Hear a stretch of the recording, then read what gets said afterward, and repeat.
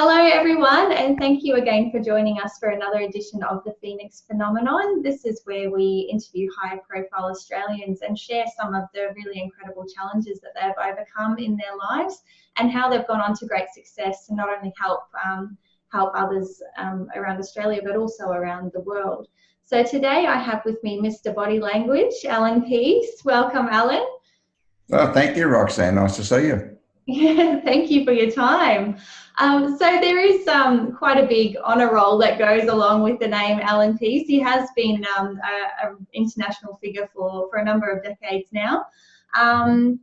One of his first creations, Why Men Don't Listen and Women Can't Read Maps, was created with his wife, business partner and co-author Barbara, who's an amazing woman as well. Together they've written about, I think we're up to about 18, isn't it, bestsellers? We've had 18 top 10s and 11 number ones consecutively. 11, there we go. My statistics are old. I apologise for that. And in the vicinity of probably even pushing higher than 27 million books sold around the world in about 100 countries is what I've seen. And they've really become phenomenons in the world of personal development and helping people to achieve their greatest dreams. So I believe there was also a BBC TV series in there somewhere which attracted 100 million viewers, and they've presented seminars in more than 70 countries around the world, and it can even testify to coaching Russian politicians in the Kremlin on how to tone down their aggressive body language, which I imagine would be a whole interview in itself, Alan. Well, yeah, you're right. It's when you sort of say those things, I think back, and this is my 50th year doing this. I've never really had a job, Roxy. I've done this all my life. From the time I was a kid, 5 years of age, I was obsessed with human behaviour, why people do what they do, make the decisions they do, and my whole life has just been obsessed with that up until now. I'm pushing towards 70, and I'm still just as obsessed as when I was 5 years of age. And all the books and the TV shows and the films are all related to that. And I think the reason it's been so successful is that everybody wants to know, how do I become better at what I am? How do I become a better person? How can I get more out of life? How can I achieve goals? Which is what we want to do. And that's the whole area that Barbara and I have been chasing down and been obsessed with. And it's an obsession, really it is. We wake up thinking about it, we go to bed thinking about it. Yeah, absolutely. And your latest book is The Answer, How to Take Charge of Your Life and Become the Person You Want to Be. And, you know, that title just really encapsulates what you've just said, you know, your life's pursuit. And I was curious to find out if it really is the culmination of everything that yourself and Barbara have actually lived through yourselves. Well, it pretty much is, because it started originally going back over 20 years ago when I got a pretty bad diagnosis of cancer. And statistically, I thought I'd only probably last about 3 years. And I decided, well, I'm going to write a book on how to survive cancer. And I've always been involved in how to get things you want in your life, how to set goals, how to manifest things, and how to draw things to you. But this was the ultimate challenge. How do you beat something that's running around inside your blood? And I thought, worst case scenario, it'll be a good legacy and leave for somebody who'll read it. Best case scenario, this could be something that will help people achieve not only beating cancer, but doing anything, because the basic principles are the same. So it started originally as a how to survive cancer book. And when I got diagnosed with cancer, and anybody on this program who's watching has had cancer, or had a friend with cancer, or family cancer, you'll know that the minute you get a diagnosis of cancer, most of your friends stop talking to you. They don't ring you anymore. That's the first thing that happens, because they're too scared to say, how are you, in case the answer's not good, or they weren't a friend to start with. And so it's a good way of separating out your friends. And anybody you meet who asks how are you, you have to continually reiterate what's going. So I wrote a 6-page letter about how I was and how it was going, what I planned to do, and I sent it out to all my friends. And that became the basis of what was a How to Survive Cancer book. And then we thought, well, why not make this How to Survive an Anything book? And then it became, how do you achieve anything? Because the basic principles are the same. And it finished up with the book called The Answer, which cancer is still mentioned in there, but it's just one thing in above just about everything else. So it's a how to get anything you want in life, how to achieve anything you want. And because that's pretty much what Barbara and I did. And with cancer, it's the same thing. I'm now 20 years into a 3-year diagnosis, and you know, they're still talking 3 years. They've been talking to me for 3 years now, for 21 years, but that's a statistical number. And I decided that even if your chances of doing something or surviving something are only 3%, which is my case, or if it's 40%, that's pretty good. But if it's 3%, you choose to be in that group. You choose the 3% or the 40%. And most people, particularly with a medical diagnosis, they think, oh, gee, the doc said I've only got a 3% chance of survival. So they mentally plan to die. If you get enough experts telling you that you're not going to do well and you'll die, well, that's pretty much what will happen. And everybody has known somebody in their family where enough doctors or experts have said, oh, you won't last the end of the year till Christmas. And inevitably they don't. They match that goal. Whereas our approach to this, if someone says you can't do something, you can't achieve something, or you won't survive, you say, next. And you move those people out of your life and don't tell them anymore and don't listen to them. It doesn't mean you don't love them if they're family members. Just don't tell them anything. And as you surround yourself with people who will support you in going wherever you want to go, people who believe that you can do what you want to do. Because if people don't believe it, if you have enough of those around you, it will definitely impact on your ability to do anything. Absolutely. And I could just picture, you being told by the doctors the 3-year diagnosis that it would be akin to someone holding a red flag up to a bull and you're just like, bugger that. Well, the funny thing was, I remember this day clearly. I'm laying in hospital and I'd had surgery. I didn't want to have surgery or chemotherapy or radiation because I didn't believe that statistically that was going to make much difference. There's a case for and against it. No, I didn't believe it was going to help me. And then eventually I decided, well, the things were getting worse and worse with me as time went on after the first year after diagnosis. And so I thought, well, if I do Western medicine, have surgery and whatever else goes with it, maybe this is like a form of insurance. So I decided to toss a coin. Heads, I'd do it, and tails, I wouldn't. And this is one of the things that we recommend, that if ever you're faced with any situation, you can't decide yes or no because everything's equal. There are many good reasons for doing it than not doing it. Just toss a coin. Toss a coin. It's very simple. Heads, you do it, tails, you won't. Because, if it's even, it doesn't matter which way it goes. So tossed the coin, heads, I'd do it. Tails, I would. It came down heads. So I checked into the hospital and they cut me open and started throwing organs in the rubbish bin. I'm laying there on the bed with I had 14 tubes. I counted these things, pumping things in, taking things out. And this expert guy came in. He said, look, unfortunately, it's not good news. The cancer's already got out and it's running around. And once that happens, and I had advanced prostate cancer, once that happens, you're in serious trouble, statistically speaking. Yeah. And he said, we've got another course of action we want you to take, Alan. I said, oh, yeah, what is it? Inevitably, it involved more cutting, more cooking, and more poisoning, which is the 3 answers generally to most cancer. And I said, well, no, I don't really want to do that. I've had enough of that. I'll take my chances on something else. He said, well, would you like me to give you your statistics? I said, sure, okay. What are the odds? I'm happy with that. He said, well, we expect that in the next 12 to 18 months, about 20% of men your age in your condition with your cancer would succumb. Then in the next 12 to 18 months, we'd expect maybe 50% of that group would succumb. And the balance in the last third, maybe the 4th year, that'd be it. And I said to this guy, does anybody survive this? And he said, well, about 3% of men will survive and they'll live to be in their 80s and get hit by a bus. And I said, okay, well, I'll have the bus, please. Give me the 3%. Yeah. And there was a pause, Rox. There's one of these deep pauses. And he looked at me, he said, this is not about choosing your group, Alan. He said, this is a statistical average of 100 men your age and your condition with your cancer. This is what happened in the past. We expect this will happen in the future. I said, yeah, but if 3 out of 100 are still living and 97 didn't, those 3 must have done something, thought something, eaten something. There must have been something they did that 97% didn't do. And he said, no, that's not how it works. It's a statistical number of 100 men your age. In other words, he didn't understand the question. Yeah. Now, it made sense to me, Roxy, that 3 guys must be doing something 97 didn't do. Yeah. So I made it my mission to track down those 3% to find out what they were doing, thinking, eating, saying that made the difference. And that became the basis of my life regime. And now 21 years on, I'm still here talking about it. Yeah, absolutely. And would you care to share your magical knowledge with our listeners as well? What are some of the key things that the 3% are doing? Well, it's not magical. When you think about it, you'll realise that you know a lot of these things that work. I became a cancer counsellor not long after that, because anybody who got cancer, particularly prostate cancer, they say, oh, go and see Alan because he knows how to beat this. And so I finished up an unofficial cancer counsellor for lots and lots of men and people with other cancers. And I can tell you pretty quickly, within 3 or 4 minutes of meeting someone who's had a cancer diagnosis, how well they're likely to do.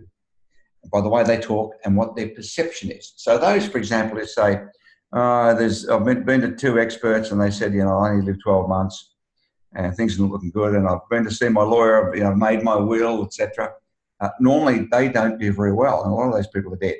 In fact, there are people who are in far better condition than me who are well dead, who should be alive.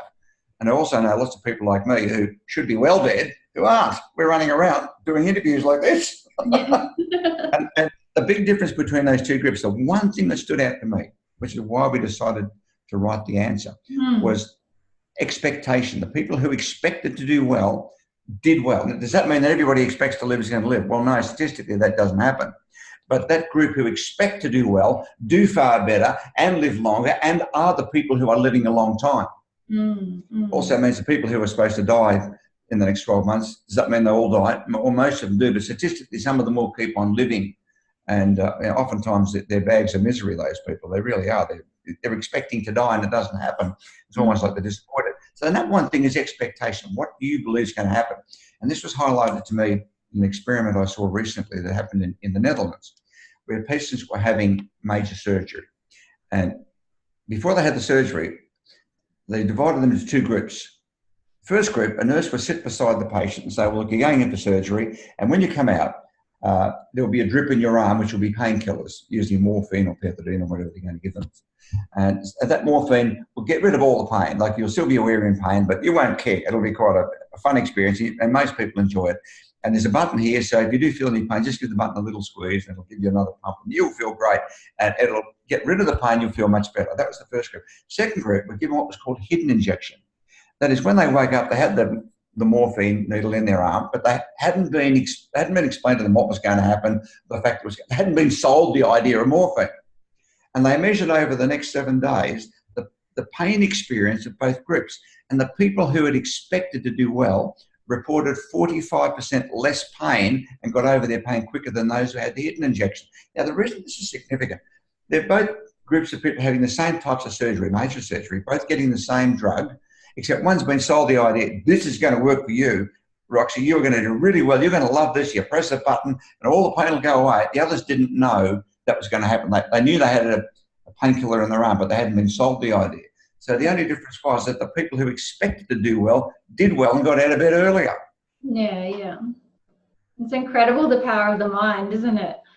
Well, so when you think about it, it's amazing. And the only difference was one person believed this was going to happen and the other person hadn't heard about it, so therefore didn't believe necessarily and didn't know, so they were in much more pain. Absolutely. And I think with your group too, like the thing about it that it's important to understand that, okay, my odds were maybe 3%, they said, but if your odds of doing and succeeding in anything is, say, let's say it's 50-50 or 70-30, like there's only a 30% chance you'll do well, they're damn good odds. Someone's got to be in that 30%. This is the point. Somebody's got to be there. All you've got to do is make a decision that you will be in that group. And then you seek out people who are in that group and get them to show you how they got into that group. Now, to finish answering your question, because I didn't answer the whole thing. People who survive long term, first they eat a clean diet. So I'm an organic vegetarian. And 70% of the food that we ate for most of my time of self-treatment, we grew it ourselves. I don't drink, I don't smoke. I don't suffer stress. If I get in a situation involving stress, which is always to do with people, I just remove myself from that situation. If I have to get up and walk out and leave, which I did a couple of times, got out in my car and drove off, people say, where the hell did Ellen go? Well, yeah, the meeting was too tough for him. Because stress suppresses your immune system, which allows free radicals to take place. And so when you decide you're going to live, and this is the same for setting any goal for any number, I expected to live. In fact, today I'm sitting here drinking my organic, perfectly brewed raspberry leaf tea in an animal bone cup, which has been hydrated, so there's no way I'm putting anything bad into my body. I live an absolutely clean life, a pure life, and I expect to live. And that's pretty much the basic traits of anybody who lives long-term and survives, because Western diets, very toxic and very poisonous. You know, we're now fatter than the human race has ever been. On 8.6 billion in Australia alone, we spent last year on obesity-related diseases because we're being fed lots of stuff. Now, the bottom line is you make a choice what you put in your mouth, but the food that you're being offered there is toxic. It's very hard now. You've got to make a decision to live a clean life and find clean food, which means you've got to take an effort, but that's what your grandparents did. Absolutely. And I understand you've set your own expiry date, if I can use that terminology, which you said with us. Well, it's not really expiry date. I'll tell you how this happened. One of the things about setting goals is, and this is what the answer is about, is most people think about, well, how would I do this? How would I have a house on the beach? How could I have my own business? How could I find the perfect partner for me? How could I avoid having a nasty disease like cancer or something else? Everybody starts with how. Now, what we teach with the answer is forget how. If you start with how, the way the brain works, you come to a standstill, nothing happens. What you think about is what you'll do, what you'll have, what you'll become. Forget about how. Because the minute you think about the what, the how appears, because your brain, the part of the brain called the RAS that we talk about in the answer, searches the internet, if you like, and it comes up with the how. If you try to think about how yourself, you'll stop. And that's why most people who decide they want to do something, they don't do it, because they start with how. How will I do this? How will I become a chief executive? How will I have my own business? How will I do whatever? And most people think about what they don't want. Now, this is an interesting twist of it. One of the things we teach in the answer is only think about what you do want and will have, will become. And most people think about what they don't want. Like, I don't want my partner to run off with anybody. And suddenly they're looking around, they see partners running off with everybody, because you'll only see what it is you put in your brain. Your brain recognises partners running off, and all you see is divorce statistics. Turn TV on, someone's getting divorced and the neighbours are getting separated. So I don't know how I'd get a house on the beach. So as a result of that, they never get a house on the beach. If you decide, I'm going to have a home on the beach, and you specify what that is, people say, how are you going to do that, Roxy? Well, I don't know, but this is what I'll do. Yes, but how? How will you find the perfect partner in your life? I don't know, but that is what I'm going to do. Now, this is how clear you have to be. This is a real leap of faith, that I'm going to do this, have this, become this. End of story, full stop, no more discussion. And if anybody talks about it, I'm not telling that person anymore.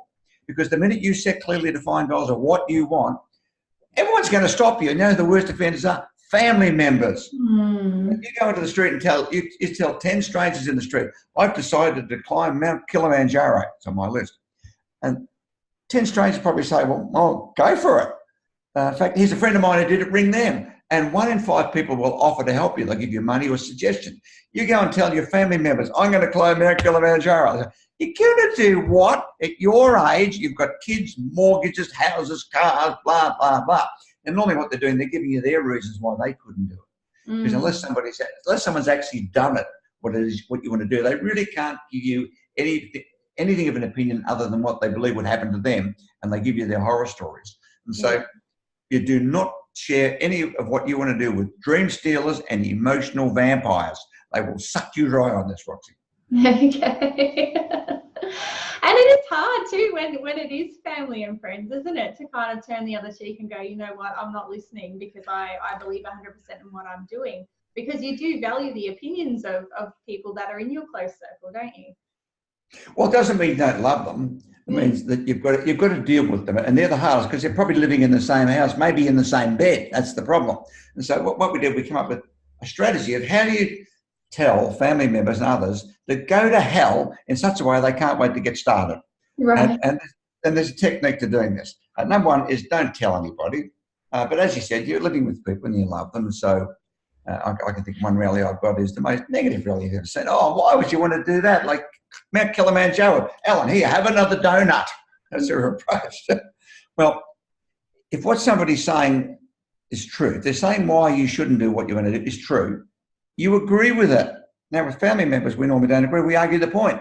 Listen, Uncle John, you're in no position to be telling me what to do. What have you ever done with your life? And Dad, you're giving me great advice. How well's that worked out for you? And this is what we tend to do. We argue the point with people we love. Don't argue. If what they're saying is true, you agree with it. So, Alan, look, if you go to Mount Kilimanjaro, you'll be bitten by the tsetse fly, you'll be attacked by a lion, you'll be killed by native bearers, you'll get AIDS, you'll get infectious diseases, the cobras are going to get you, you'll freeze to death, blah, blah, blah. Now, they've never climbed Mount Kilimanjaro. That's why they're saying these things. They think that's what would happen to them. Now, the question is, are any of those things true? Well, yeah, they could be, because there is tsetse fly and you might get mugged and you might freeze, and people do die on Mount Kilimanjaro, there's no doubt about it. So basically what they're saying is true. So what they're saying is true. Agree with it. You say, Uncle John, you are dead right, pal. If I go climb that mountain, I can wake up like an icicle. I'll be frozen to death. And yeah, tsetse fly, that's a pretty bad thing over there. You know, you're dead right. So you agree with them. This shocks most people because all your life, Roxy, you've been arguing the point with Uncle John. Suddenly you're agreeing. He's thinking, wow, she's agreeing with him. So you agree with them, then restate your position. The tsetse fly, yeah, you're right, he might bite me, but I'm going to take protection for that. And I might freeze to death, but I'm taking warm clothes. And you know what? I can't wait to get started on Mount Kilimanjaro because I know it's going to be fantastic. Come here, I'll show you some brochures about it. Have a look at this. And then you redirect it. In other words, you've told them to go and drop dead. They don't realise you've done that because you've agreed. Now, the other point is that what if what they're saying, you don't agree with it? So, look, if you quit your job, Roxy, and go and do this network marketing business, I mean, there's no guarantee you're going to succeed. You don't know that you're going to be able to do it successfully, blah, blah, blah, blah, blah. But let's say you really want to do it. So what they're saying, you don't agree with it because you reckon you've got this nailed. You figured it out. You've thought about it. You want to do this business, whatever it might be. So if you don't agree with them, you agree with their right to have an opinion on it. Yeah, yeah. You say, Uncle Jack, I can see where you're coming from. And yeah, well, look, I can agree with the truth too. Look, there's no definite guarantees and then there's no salary or wages. You're dead right, Uncle Jack. And I respect you for thinking about it. Thanks for thinking of me, but I reckon I'm going to go so well. Let me show you how this works. So you agree with their right to an opinion, then restate your position. Now, most people don't do that. Most people say, Uncle Jack, you've had too much to drink. Go and drop dead, you silly old cow. And you finish up with a bad relationship. Yeah, yeah. Oh, goodness. It's so true. It's such a knee-jerk reaction, though, isn't it? So. Well, it is. Because as I said, if you told complete strangers in the street, I'm going to climb Mount Kilimanjaro, it's on my list, they go, wow, go for it. Yeah, yeah, absolutely. Oh, amazing. And even just giving yourself the space to manifest, you know, giving your mind the space to think about the goals that you want and to, you know, really push the expectations you have for yourself. What advice would you give people to I guess, allow that to happen in their own lives? Well, most people have lots of things going on in their head. And if you picture your brain's, it's like a big ball of spaghetti. Lots of strands. Each one of those strands is a thought, and they all just go around in your head all day. And some of them last there for years, decades. And in fact, we do weekends here at our place in Buderim where we get 30 people to come along and we teach them how to list. And we had a woman come along who was 73 years of age, and her goal was to work out what she's going to do when she grows up, as a thought. Her husband was dead, her kids had moved away. She was on her own totally and didn't know what to do with her life. And we got her to write a list. And this is the starting point. You write a list in handwriting, not on the computer, not on your phone, in handwriting, because what the science shows very clearly, when you're keying into a computer or a smartphone, you're using 8 to 10 connections of the brain. When you're handwriting, the signal's coming from your brain down your arm, out the end into a pen.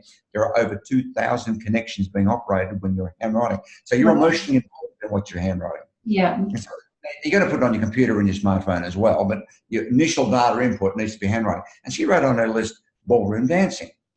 And I said, well, what's that one about, Doris? She said, oh, ever since I was a kid, I wanted to do ballroom dancing, and I didn't because life got in the way. I had kids and a job and grandkids. And I said, when did you think about that? She said, oh, I was about 6 or 7. She said, just in her era, everybody wanted to be a ballroom dancer. Yeah. And she wrote it on a list. And the next day, we came in, she crossed it off her list. We said, well, what happened to it? She said, well, look at it. She said, I realised I don't want to do that now. She said, it's just been going around in my head for 65 years.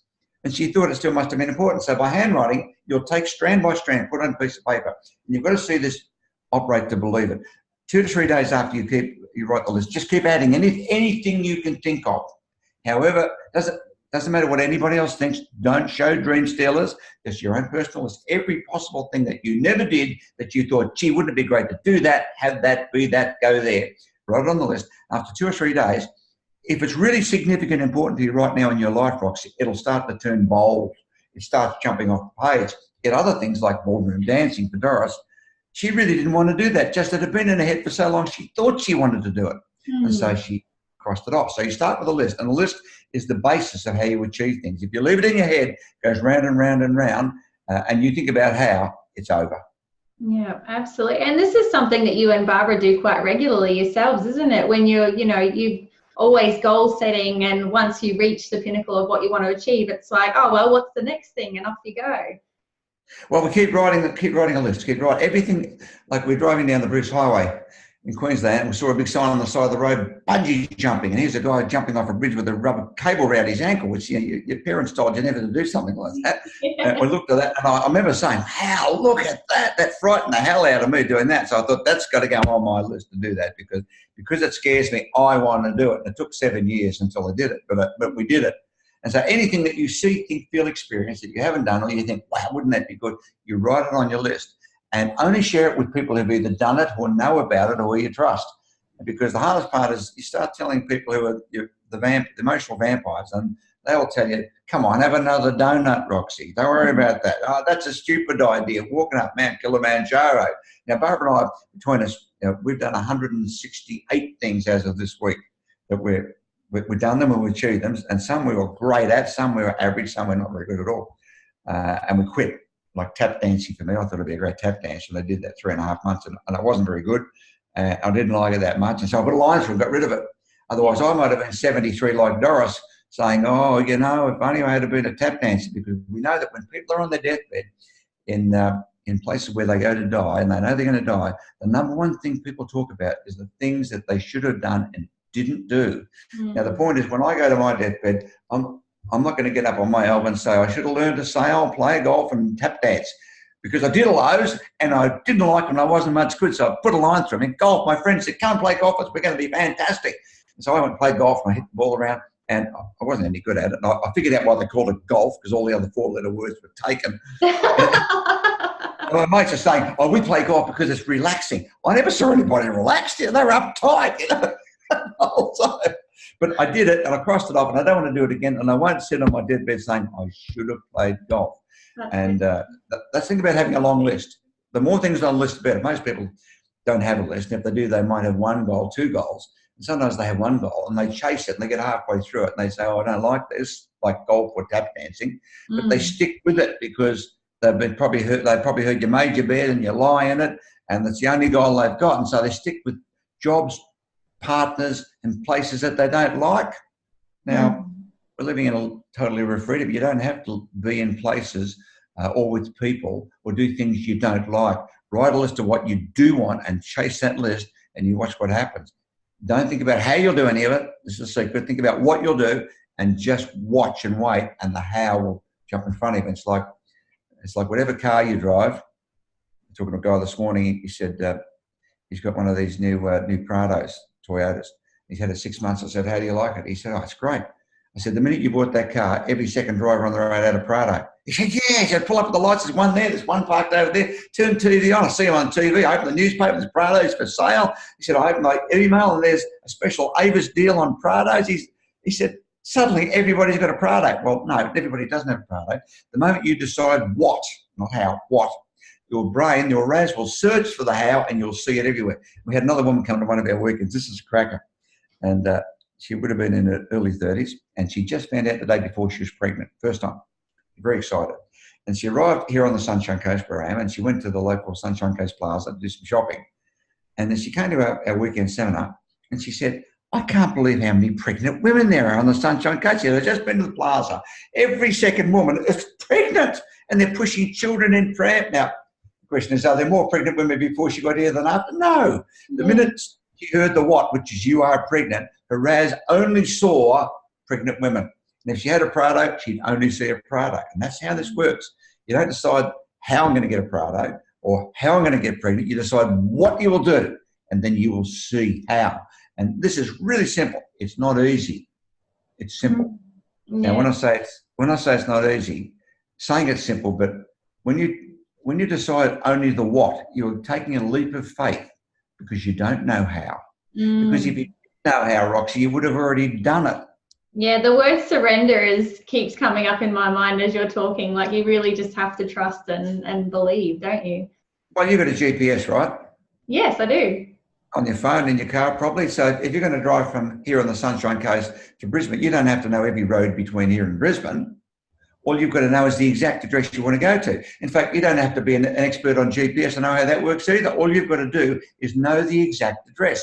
So when you punch the address in Brisbane, you'll drive off 100% faithful in your heart that it will take you within meters of that building. And that's what you've got to do with your own brain. Decide what you want, the exact address, and it will drive you to that location. Good or bad. And most people put in their mind what they don't want.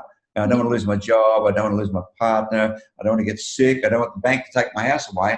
And that's all their RAS, we call it C's, and that's what they get. Absolutely. Well, you said manifestation before. That's one way of saying it. But over the centuries, it's been called all sorts of things, from the yin and the yang. And the universe was the big thing for a while. I talked to the universe. Next day I got my answer. People who are religious say, I pray to my God and God gives me the answer.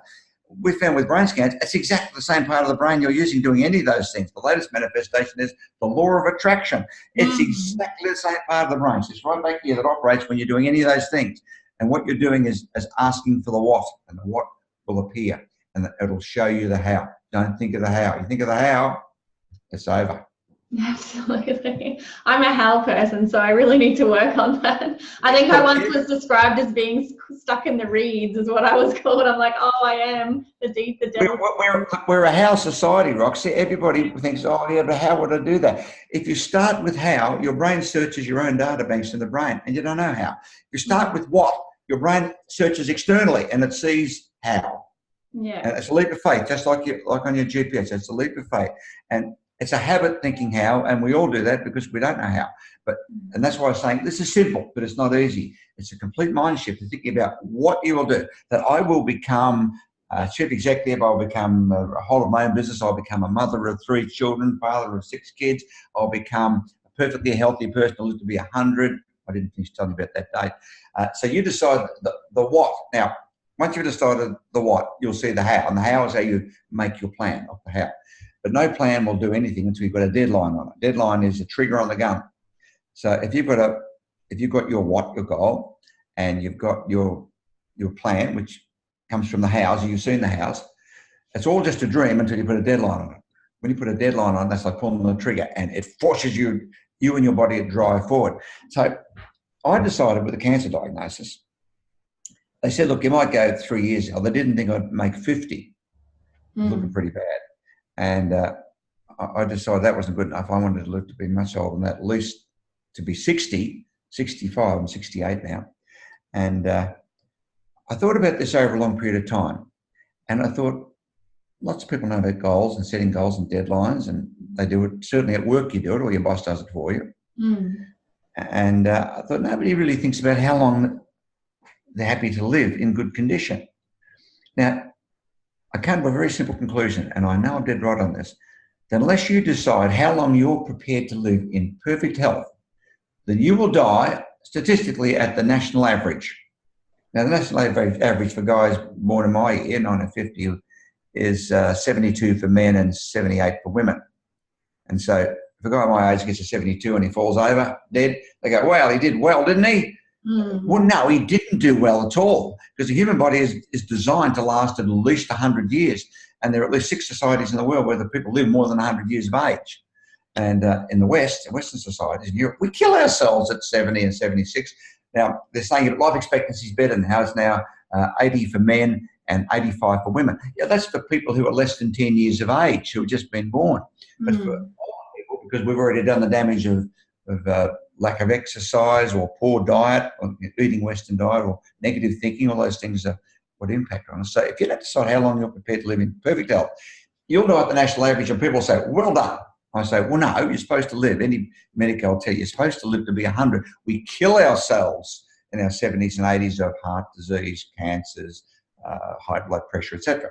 So I decided I'm going to live a minimum to age 90. Minimum. I'm not going to die at 90. I'm going to live a minimum in perfect condition that I'll be able to get out and do. I've just enrolled in my scuba course. I started my deep water scuba diving course. I'm learning to speak Russian. I've joined a basketball team. So when I was 65, they said, come on now, we're going to start playing lawn bowls. All the guys. And I had a look at that and said, no, I'm going to join a rock and roll band, play Led Zeppelin, Rolling Stones. So now I'm the lead guitarist of a rock band. we play once a week. I play heavy metal. I've gone deaf from it, but who cares?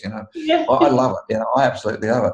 And I play piano, and I play drums, and I play bass, and I play harmonica, and I play all the keyboards. I play all that. And someone said, "How do you do all that?" We just decide. A guy said to me last week, he said, "I would have loved to play the piano, Alan." I said, "Yeah." He said, "Well, I can't now." I thought he's going to have bad arthritis in his hands or something. He said, "I'm 45. Oh, geez. I said, "Hell, I didn't start piano until I was 55. I didn't start drums until I was 60. I didn't decide until I was 50 that I was going to be the lead guitarist in a rock band by 65. I said, 65, I'm joining a rock band. 65, I joined a rock band. I play every week. And I tell you what, damn good. And I love it. It's better than Vaughan Bowles, certainly for me." Yeah. So I decided to live to 90. So I decided I'm going to live in perfect condition until the 15th of August, 2040 AD at 4 p.m. Got to be really clear on this. And you write it on a piece of paper, you stick it on the fridge, you stick it everywhere. That's what you do with a deadline, the goal. But what happens often is it falls off the fridge, or someone sweeps the floor and suddenly you can't see it anymore. So it's out of sight, out of mind. Yeah. And so I don't recommend this, what I'm going to say now, to anybody, but I did it myself. I decided to get that day tattooed on my right cheek, on my rear end. And it's positioned in such a way that every day I get in the shower, like this morning, I see it in the mirror, and it tells me today how I'm going to eat, how I'm going to drink, what I'm going to think. It is a constant. Now, sometimes I don't consciously see it, but my mind sees it, and it keeps me on track of living the way I'm living. And now, so someone says on the 15th of August 2040 at 4 o'clock you're going to drop dead. No, I'm going to be good health till then, perfect health. Then I'll regroup and make a decision what to do next. So I'm the only guy you have ever met, Roxy, that's got a use by date tattooed on his bum. You totally are. But it works. I mean, as time's gone on, it's getting harder to read the date. I mean, it seems to sag a bit there. But Oh, no. Someone said to me recently, they said, "What if you're wrong?" I said, "Well, then I'll be dead." If I'm wrong, I'll be dead, but I won't know. Doesn't matter. Meanwhile, every day is terrific. Every day is great. Every day, things I want to go and do. That's why someone said, "You're going to retire." I said, "Do what? Do what? What would you do if I retire?" I don't know what I'd do if I don't know. Probably lay down and be a statistic and die at 72. That's not a good option. Absolutely. And we're talking about, goal setting. I don't know how to follow up from a butt tattoo. I'm sorry. No. I might give you a private viewing one time for $10. So we're talking a lot about goal setting and the importance of giving yourself space to, to think about the things you want to achieve. Now, I wanted to talk about, what your advice would be when people are already perhaps down in the dumps. And I know you and Barbara have actually been there before. You at one stage, we're talking years ago now, but you were dealing with, your first cancer diagnosis and losing millions of dollars and all sorts of things overnight. And then you're trying to cope with all of that. But the two of you actually did regroup and spend some time and plan out your goals. And I mean, you've come back with gusto and then some. So what advice would you give to people, who are perhaps down in the pits and are looking for a way to clear their mind enough to look for the blue sky? Yeah, well, I know that when we run our weekends here in Queensland, a lot of people come in that situation. They're normally at a crossroads and they don't know where to go or what to do next. And it's a pretty common thing. And Barbara, in my case, we lost everything. We were incredibly successful, travelled the world the front of the plane and lived on the water and had a horse. We had every possible thing you can imagine. We both come from housing commission. So for us to come from a BSR to that was pretty amazing for us.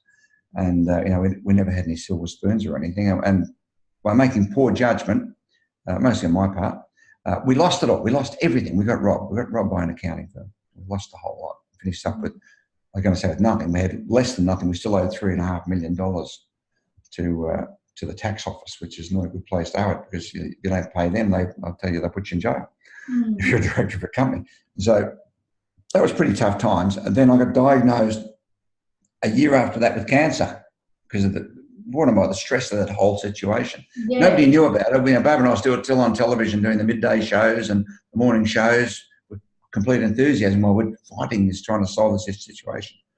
And we'd lost everything. Now, there are people watching this show now who are probably in a similar situation or have been, that they've lost everything or had some tragedy that's happened that puts you right on your back. Now, if you get knocked down, doesn't mean you're out of the game. You're only down if you stay there. So you've got to make a decision, whatever happens, that you will make a comeback. Now, if you lose everything, which we did, you can do one or two things, really. It's a pretty simple choice. You either lay down and die, or you decide to come back. So we made the decision we would come back bigger and better than ever before. And I can remember that when we announced this to some friends, they said, how are you going to do that? We said, we don't know, but this is what we're going to do. Yeah, but what will you do? How we don't know. We're going to come back and be huge in whatever we do. And this is what you've got to, you have to make a decision with faith. That's what you'll do. Now, if you start with how will I do it, it's not going to happen. It's too difficult. You start with what you're going to do. So anybody who's got any problem with anything, whatever's happened to you, if you're down the dumps right now, which is a pretty common experience, it's because you're thinking about what you don't want. I don't want to get sick. I don't want my partner to run up. I don't want to be on my own. I don't want to lose my home, my business. People think about what they don't want. So now this is simple, what I'm going to say now, but again, it's not easy. You make a decision that you will only think from right now about what you do want, what you can do, what you will become. And that's really simple, Roxy, but it's not always easy because we're living, as you mentioned before, we're living in a society that says, yeah, but how? And we're living in a society that says, well, they think about what they don't want. And we do that for protection. We think about what we don't want, so we don't want things to happen. What we think about is what we get, inevitably.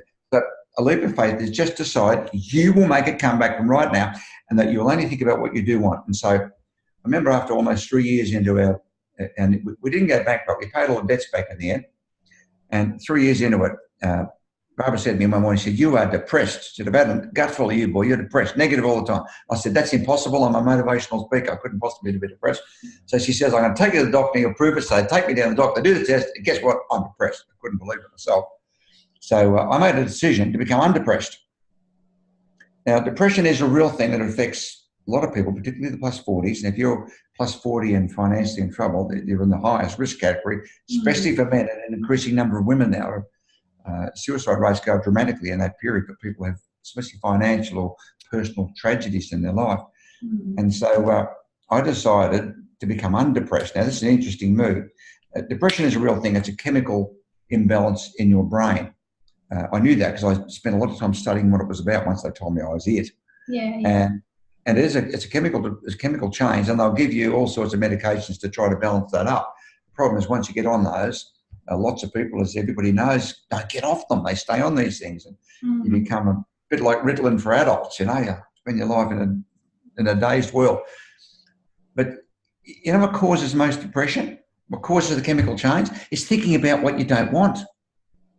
And I've been doing that I've been thinking for 3 years about what I'd done wrong. I'd lost all this money, made poor choices, and everything we had that was now gone, and we're back to zero, which wasn't a new experience because we started with zero anyway. Yeah, of course. Yeah. But we knew that what that was like. But I went from hero to zero in my little country village where I come from, in Victoria, as you can imagine. I went from the local boy made good big time to absolute disaster. And I made a decision on a Tuesday that by Friday the next week at 4 o'clock, I would be an undepressed person. Now, this is an interesting move. Depression, yes, it's a chemical imbalance, but for most of it, maybe 80% plus, the chemical change has been created because you're thinking constantly about what you don't want, what you've lost, what's gone wrong, and it becomes a habit thinking of this, which keeps you depressed. And that's what I've been doing. There's no doubt about it. I just decided 4 o'clock that next Friday, I'd be undepressed. Now, I needed to have at least 10 days just to get used to the idea of being undepressed because I've been depressed for so many years. Sure. So 4 o'clock on Friday, I said okay, I'm back. I said, okay, what can we do? And I decided from that 4 o'clock point that we would never, ever again discuss what had happened in the past. We never told anybody about it, especially family members, because they might have said, if you had stayed in the village, you might have been the boss at the mill by now, Ellen. Yeah. We decided never to think about it. For 12 years, we never, ever brought up a word about it, never discussed it, never thought about what had happened. We called off all the legal cases we had going against lawyers and accountants and other people who'd been part of this. We called them all and just said, keep it all, don't ring us back, said to the lawyer, send us a bill, it's all over, no more discussion. And we never talked about it again. We only thought about what we could do. And within 5 years, we were the biggest selling authors in the world. We traveled the world, we lived in 3 countries, and everything we decided that we wanted to do is what happened. Now, people were saying, how are you going to do that? We don't know. This is the point. You don't know. When you decide, you don't have to know. No, it's none of your business, in fact. If you decide to what, I'm going to do this, have this, become this, full stop, end of story, no more discussion. That's what will happen. But that's how strong you've got to be, because people will try to stop you. Some with good intentions and some not with good intentions. Absolutely. My goodness. Enthusiastic here. Sorry. Good endorphins are filling my... Endorphins are flooding my system. So it's great. It's great. Excellent. And so, of course, yeah, the answer is already out there now. You know, people have the access to the answer. They just need to go in and grab a copy and have a read. But you have mentioned a couple of times your VIP weekends that you do. And I'd love for you to share a bit more about what that is for people who are watching. We started this about 2 years ago. It's an interesting concept that I'd resist the idea for a long time, but Barbara thought this is a great way of making a good impact, and she doesn't have to send me to Russia. I spend 3 to 4 months of the year in Russian-speaking countries. That's our big market. And so what we did, we invited 25 to 30 people, maximum 30 people, to here at our home. Now, we live in 65 acres on the side of a rainforest, looking over the coast, and we've got a conference room, and we're 2 big rock and roll studios. The music business got bigger and bigger than I originally thought. I'm sure the studios are getting a good workout these days. Oh, I love it. I get to play music with all the people I used to listen to when I was a young guy. It's really great. Yeah. And so a maximum of 30 people will come for a weekend, and we spend the weekend talking about the things we're talking about here. How to get out of your head onto paper the things that you think you want to do. Now, when I say you think, a lot of people don't really know what they want to do. If you do know the things that you want to do, that's a plus. But a lot of people don't know how to work it out. So we give them a system of how to do it. And through the weekend, progressively, we show them how to put those things into their ads, the part that searches the internet. We show them how to stop thinking about how. They're thinking only about the what. So it's a what weekend. And we're not talking about how you're going to do any of this, only what. And we started this 2 years ago, and the results have been staggering from people. The most unlikely people who are getting results. We had a couple that came to our last one, and they were bankrupt. They've been bankrupt for 3 years, lost their business, lost their home, living in a rented house. And they said, oh, one of our goals is we'd really love to go and live in France and have a hotel Airbnb business. But we don't know how, because, you know, we're still paying back part of the debts from the past. And what they, in fact, have been doing for 3 years since they went down the financial plug hole was they've been thinking about what they didn't want. And so we showed them how to think about what they did want. And as of 2 months ago, they're living in France with their first Airbnb. But they've got an Airbnb business that started. And they said that they're like pigs in mud over there. Now, at the time, nobody said how. Except then they said, oh, we don't know how. I said, forget how. Just decide this is what you will do. Full stop. Mm. And this is how clear you've got to be on this, Roxy. If you go, oh, I think I might like to have a house for them. I might like to go France. Not going to happen. This is what I will do. Full stop. And if people want to talk you out of it, don't tell them anymore. Yeah. Or agree with their right to an opinion, but restate what you will do. So they're over there doing that now. We got another note from someone the other day who's up in Townsville, north of the country. Who's got this whole list of goals. These are only intermittent, like you wanted to get a boat license, have a jet ski license, you wanted to fly an aeroplane, you wanted to jump on a parachute. Done all these things. You couldn't believe it. He's never done any. They've been in his head for years. Now, they might be small things sometimes. Sometimes they're really big things. And for Barb and I, they're a combination of everything. We are great on a world scale at some things. Mm-hmm. Medium on some, and some of them, like Barbara's never going to play the piano again. She thought she'd be great at that, and she chucked away at it, but it just didn't fit. Yeah. And the thing about goals, you don't know until you're halfway through a lot of goals whether you're even going to like it. That's the reality. You don't know. As long as you've got lots on your list, if you get halfway through and decide, I don't like this, you put a line through it. As long as you keep adding to your list, it doesn't matter. You won't be up on one elbow when you're dying saying, you know, I should have learned to skydive. Yeah, absolutely. So the weekends, yeah. So the weekends are about how to do all of that. And it's a time for people to have one-on-one, face-to-face with us. Yeah. They live here on the Sunshine Coast with us, and they come from everywhere. And part of the rules after the weekend is that nobody talks about how, and anything discussed and the weekend stays within our conference centre. So we give people the freedom to talk about anything they want in a non-judgmental environment, and then we show them the system of getting what they want. And it's really, for me, it's different because I've never really done that. Barbara, she loves it and she's great at it. But the results we get from people are spectacular. Yeah, and tell me about, you've mentioned, already a lady in her 70s, but are you seeing like younger people taking the bull by the horn, so to speak, and coming along as well?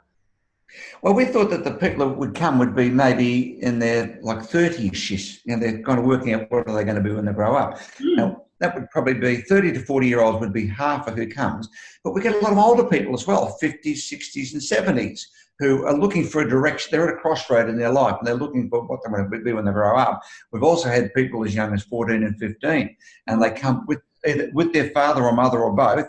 And sometimes we had 2 kids who had turned 21, and for their 21st birthday present, they gave them a weekend up here with us. Oh, wow. I mean, if you're a young person, teenager, early 20s, and you get to come to hear this sort of thing, it's got to be fantastic, because most people don't realise till they're about 40 that they need to do something with themselves. So we get a range of everything from kids right up to people who are at the other end of life. And with The Answer, the book was interesting, who our readership was for that. We figured that would be probably most people, but we discovered an interesting large market for 10 to 14-year-olds. Wow. And, yeah, because 10 to 14-year-olds, and I discovered this with our own grandkids. 2 of them are reading this, and they were changing their lives and doing stuff. We couldn't believe it. And the reason why is that between 10 and 14, they don't know you can't do something. That's true. They read it and they just say, oh, this is what you do. Whereas you tell it to a 40-year-old, they go, oh, yeah, but I tried that, or a friend of mine did that and it didn't work out. At 10, 12, they don't know. You just say, this is how it works, and they go and do it because they have full belief and they don't know that it can't be done. Yeah, absolutely. Really makes a big difference, doesn't it, when you get in early? It's amazing. Well, it's right back to the hidden injection versus the open injection. People know they're going to get pain relief, they get better pain relief. Absolutely. Oh, that's incredible. And what's the best way for people to access to find out when the next upcoming weekend with you guys is? Well, we did 3 last year. We're doing maybe 2, possibly 3 this year. 1 in March, 1 in August, 1 in November 2019. If you go on our website, which is Pease, that's my name, PASE.tv, pease.tv, and you'll see all the dates, times and places and everything you need to know. But they're a great weekend. They're a life-changing weekend for people to come. And they're fairly life-changing for Barbara and I too, because we are involved at a very deep, base, intimate level with people. I imagine it would be very fulfilling. Yeah, that's great. We love it. It saves lives. We know we've saved lives of people who mightn't be around, who didn't come. That's incredible. And is it a case of people need to get in early? I imagine you would be selling out most of these weekends, would you? Well, most of the weekends are done either by Facebook, social media, or word of mouth. And we'll do 2 or 3 a year. So best thing is just jump on pease.tv and have a look at the site and talk to Vicky or Kath in the office, and I'll tell you what's what and when it is. Excellent. That's great. Well, thank you so much for your time, Alan. I do appreciate that. And I know what you've shared today will really have some gems of wisdom for people watching at home. So I do appreciate you taking the time to share those today. My pleasure. Look, the main bottom line of the whole thing is you decide what. You decide what you'll do, have and become. And you've got to quit the how. You start with the how, it's not going to happen. Start with the what. All right. I don't think we can add much more to that. That's pretty powerful to leave it. So thank you again. And thank you also for those of you who are watching at home. We will continue to bring interviews with more high-profile Australians for the rest of the second season. So thanks for continuing to join us. If you'd like to like and subscribe, that means that you won't be missing out on any wonderful people like Alan yet to come. So thank you, and enjoy the rest of your day, Alan. Thank you. See you, Roxy.